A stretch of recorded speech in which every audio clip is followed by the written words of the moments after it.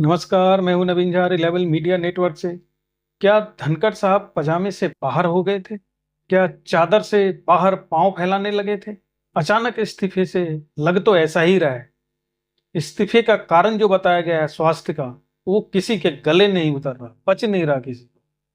पिछले कुछ दिनों से, कुछ महीनों से आक्रामक नजर आ रहे थे। गाहे बगाहे जब भी किसी प्रोग्राम में जाते थे तो न्यायपालिका पर गजब का अटैक करते थे। There is no visualization in Constitution of any authority above Parliament. Parliament is supreme. Situation where you direct President of India, and on what basis? The only right you have under the Constitution is to interpret the Constitution under Article 145(3).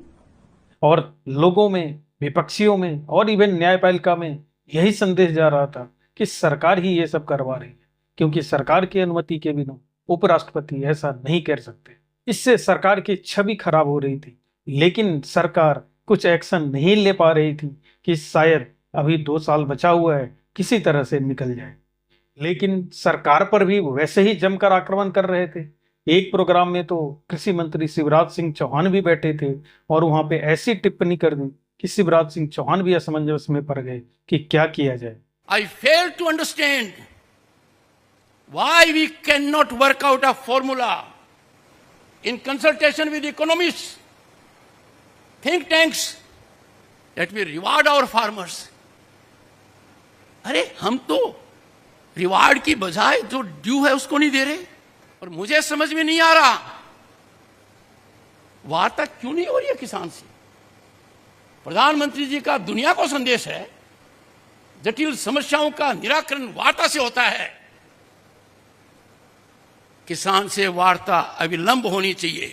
माननीय कृषि मंत्री जी, आपसे पहले जो कृषि मंत्री जी थे, क्या उन्होंने लिखित में कोई वादा किया था? यदि वादा किया था तो उसका क्या हुआ? मुझे माननीय कृषि मंत्री जी थोड़ी पीड़ा है, मेरे लिए चिंतन और चिंता का विषय है। अब तक ये पहल क्यों नहीं हुई? इन सब चीजों का लोग काफी मजा ले रहे थे, खासकर विपक्ष वाले और जो विपक्ष के सपोर्टर है।